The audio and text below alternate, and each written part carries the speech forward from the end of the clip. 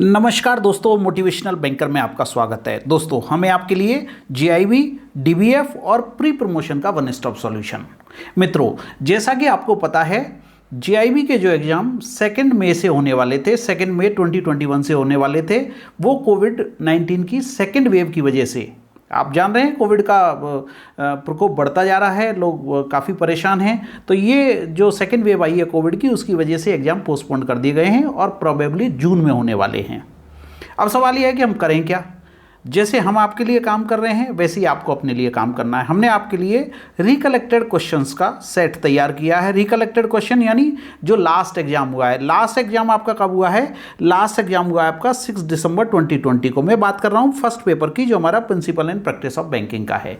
तो इसका पिछला जो एग्जाम हुआ था, मई में जो एग्जाम होने वाला था, वो कोविड की फर्स्ट वेव की वजह से पोस्टपोन हुआ और ये एग्जाम हुआ, पहला पेपर हुआ 6 दिसंबर को। तो 6 दिसंबर को इस एग्जाम में आपको पता है टोटल 120 क्वेश्चन पूछे जाते हैं। इसमें से कुछ 70-80 क्वेश्चन हमने रिकलेक्ट किए हैं और उनको प्रॉपरली फ्रेम किया है ABCD करके, ताकि आपको पता चल सके कि आपके एग्जाम में किस तरह के क्वेश्चन पूछे जा रहे हैं। इससे आपको एक पैटर्न का आइडिया होगा। तो इस वीडियो में मैं आपसे कुछ क्वेश्चंस डिस्कस करने वाला हूं जो पिछले एग्जाम में आए हैं। इससे आपको आइडिया मिलेगा कि किस तरह से आपको तैयारी करनी है। जिन मित्रों ने अभी अभी तैयारी शुरू की है, उनके लिए मैंने एक वीडियो डाला था कुछ 10 दिन 12 दिन पहले कि अगले 25-30 दिन में हम कैसे तीनों पेपर की तैयारी करके मिनिमम 50 मार्क्स इंश्योर कर सकते हैं पेपर में लाने के लिए। उस वीडियो को अगर आपने नहीं देखा है तो मैं डिस्क्रिप्शन में लिंक दे रहा हूं और यहाँ आई लिंक में भी मैं वो वीडियो दे दूंगा। उस वीडियो को जरूर देख लें। अगर एग्जाम जून में होता है, आपके पास टाइम की शॉर्टेज है, तो आप उस वीडियो को रेफर कर सकते हैं और उसके हिसाब से तैयारी कर सकते हैं। और अगर एग्जाम और पोस्टपोन्ड होता है, आपके पास सफिशियंट टाइम है, तो आप पूरा कंटेंट पढ़ें, आराम से पढ़ें और अच्छे से तैयारी करें, ताकि हम ये इंश्योर कर सकें कि आपको 60-70 मार्क्स मिल जाएं। तो चलिए इस वीडियो में शुरुआत करते हैं हम रिकलेक्टेड क्वेश्चन से। देखिए, इसमें जितने भी क्वेश्चन हैं, आप अगर इसे देखेंगे, 1 सेकेंड, आप अगर इसे देखेंगे तो इसमें कितने क्वेश्चन है मैं आपको बता देता हूं वीडियो में। देखिए, टोटल इसमें क्वेश्चन है वीडियो में, वीडियो मीन्स इस फाइल में जो क्वेश्चंस हैं जो मैं अपलोड करने वाला हूं, इसमें अभी 71 क्वेश्चन दिख रहे हैं आपको, ठीक है ना। इन क्वेश्चंस को मैंने यूनिट वाइज सेग्रीगेट किया है, मॉड्यूल वाइज सेग्रीगेट किया है। जैसा आप देख रहे हैं ना, यहाँ पे मॉड्यूल डी में से क्या क्वेश्चन पूछे गए थे, ऐसे ही दूसरे मॉड्यूल से भी क्या क्वेश्चन पूछे गए थे, इनको हमने मॉड्यूल वाइज सेग्रीगेट कर दिया है। तो इस वीडियो में हम कुछ क्वेश्चंस को डिस्कस करेंगे और ये पूरा वीडियो मैं PDF की फॉर्म में अपलोड कर दूंगा लॉगिन सेक्शन में, आप वहाँ से जाके देख सकते हैं। तो चलिए पहला क्वेश्चन की हम शुरुआत करते हैं। पहला क्वेश्चन क्या कहता है? Banking is defined in which act?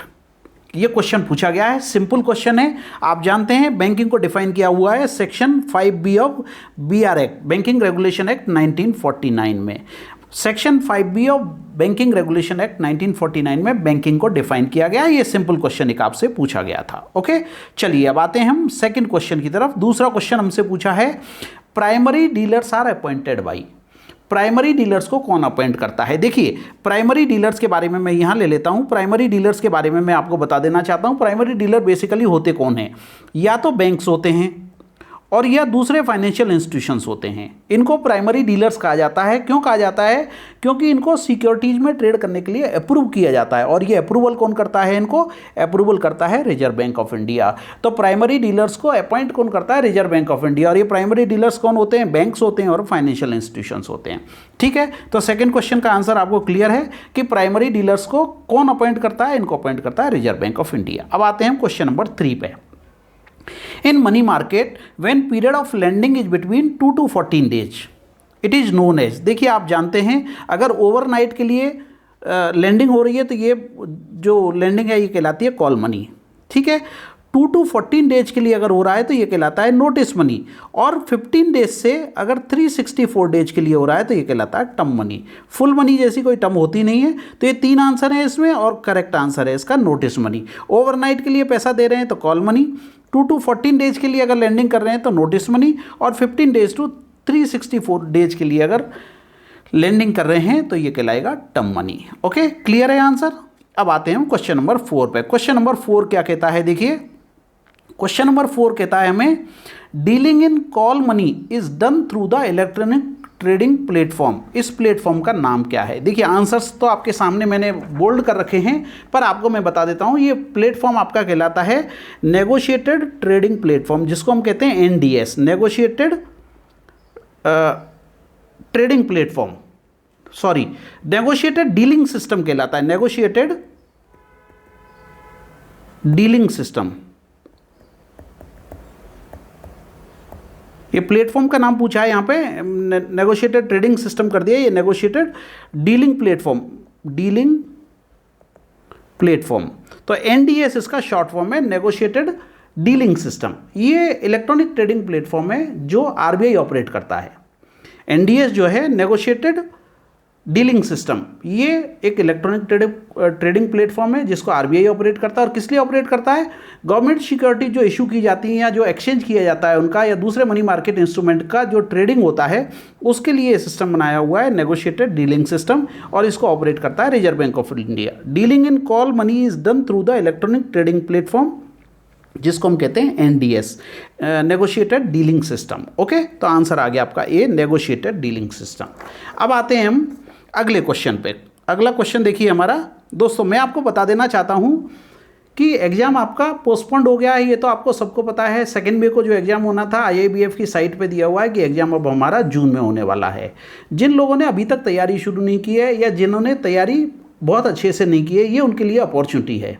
अब देखिए, आपको पता है पूरे हिंदुस्तान में लॉकडाउन लगा हुआ है, बैंकों की भी टाइमिंग अभी करीब करीब हर एक स्टेट में 2 बजे तक कर दी गई है। तो हमें कंपैरेटिवली पहले से ज़्यादा टाइम मिलेगा। घर में रहें, सेफ रहें और अपनी तैयारी करते रहें। एग्ज़ाम जून में होता है तो जून में देंगे, और अगर आगे और पोस्टपोन्ड होता है तो अकॉर्डिंगली हम अपनी तैयारी और ज़्यादा कर पाएंगे। इसलिए बेहतर यह है कि इस टाइम को आप इन्वेस्ट करें। टाइम को वेस्ट नहीं करना है, टाइम को इन्वेस्ट करना है। और इन्वेस्ट कैसे करेंगे? हम एग्ज़ाम की तैयारी करके। हम ये मान के चल रहे हैं कि एग्ज़ाम जून में होगा, और जून के लिए हमारे पास बहुत ज़्यादा टाइम नहीं है। मई का 1 महीना है, इस 1 महीने में हमको 30, 35, 40 दिन जो हमारे पास उपलब्ध हैं उसमें ही हमको तैयारी करनी है। ठीक है, अगला क्वेश्चन लेते हैं। With increase in cash reserve ratio, cash deposit maintained by bank with RBI, with increase in CRR. जब सीआरआर बढ़ा दिया जाता है तो cash deposit maintain by bank with RBI, ज़्यादा मेंटेन करना पड़ेगा ना। जब सीआरआर बढ़ा दिया तो कैश रिजर्व रेशियो यानी कैश की फॉर्म में आरबीआई के अकाउंट में बैंकों को ज़्यादा पैसा जमा करना पड़ेगा, तो जो कैश की रिक्वायरमेंट है वो इंक्रीज हो जाएगी। ठीक है, क्लियर क्वेश्चन है, सिंपल क्वेश्चन है। ये हम बात कर रहे हैं मॉड्यूल ए के क्वेश्चंस हैं ये सारे। क्वेश्चन नंबर 6 आप देखेंगे। In money market when period of lending is for 1 day, 1 day यानी ओवरनाइट है, तो मैंने आपको बताया ही था आंसर, कॉल मनी मार्केट कहलाएगा। ऐसा जो लेंडिंग है वो कॉल मनी कहलाएगा। ओके, अगला क्वेश्चन है the performance of a mutual fund scheme is denoted by. देखिए, म्यूचुअल फंड की जो परफॉर्मेंस है वो चलती है एनएवी से, नेट एसेट वैल्यू से। तो आंसर है इसका, सिंपल आंसर है नॉट नेट एसेट वैल्यू। इस पे नेट एसेट वैल्यू कैसे कैलकुलेट की जाती है मैंने यूनिट 1 के जो हमारा चैप्टर है उसमें इसका कंप्लीट वीडियो बनाया हुआ है। ओके, तो ये हमारा क्वेश्चंस हैं। देखिए आगे भी क्वेश्चन देखेंगे, चूँकि सारे क्वेश्चंस को इसमें डिस्कस कर पाना पॉसिबल नहीं है। आप देखेंगे ये क्वेश्चन है आपके मॉड्यूल ए के क्वेश्चन है। देखिए करीब 20 क्वेश्चन इसमें। इसके बाद मॉड्यूल बी दिया हुआ है आपका। इस तरह से पूरी पीडीएफ फाइल है जिसको मैं अपलोड कर रहा हूँ लॉगिन सेक्शन में, आप वहाँ से जाके इसको देख सकते हैं। दोस्तों मैं उम्मीद करता हूँ कि इस तरह के जो वीडियो हैं वो आपकी तैयारी को ब्रशअप करेंगे, आपकी तैयारी में मदद करेंगे, और आप निश्चित रूप से एक सक्सेसफुल बैंकर के तौर पर जीआईबी क्लियर कर पाएंगे। जब जीआईबी क्लियर कर लेंगे तो फिर हम फर्दर सीआईबी की तैयारी करेंगे। जो हमारे मित्र नए हैं, हमारी यूट्यूब चैनल पर नए हैं, पहली बार देख रहे हैं, वो सब्सक्राइब जरूर कर लें, और जिन्होंने पहले से सब्सक्राइब किया हुआ है वो बेल आइकन प्रेस करना नहीं भूलें, ताकि आपको आने वाले वीडियोज का टाइम से नोटिफिकेशन मिलता रहेगा। वीडियो अगर पसंद आए तो ज़रूर लाइक करें, थम्स अप करें और हमारी हौसला अफजाई करें। हम इसी तरह के एजुकेशनल वीडियो आपके लिए लाते रहेंगे। Thank you very much friends for watching this video.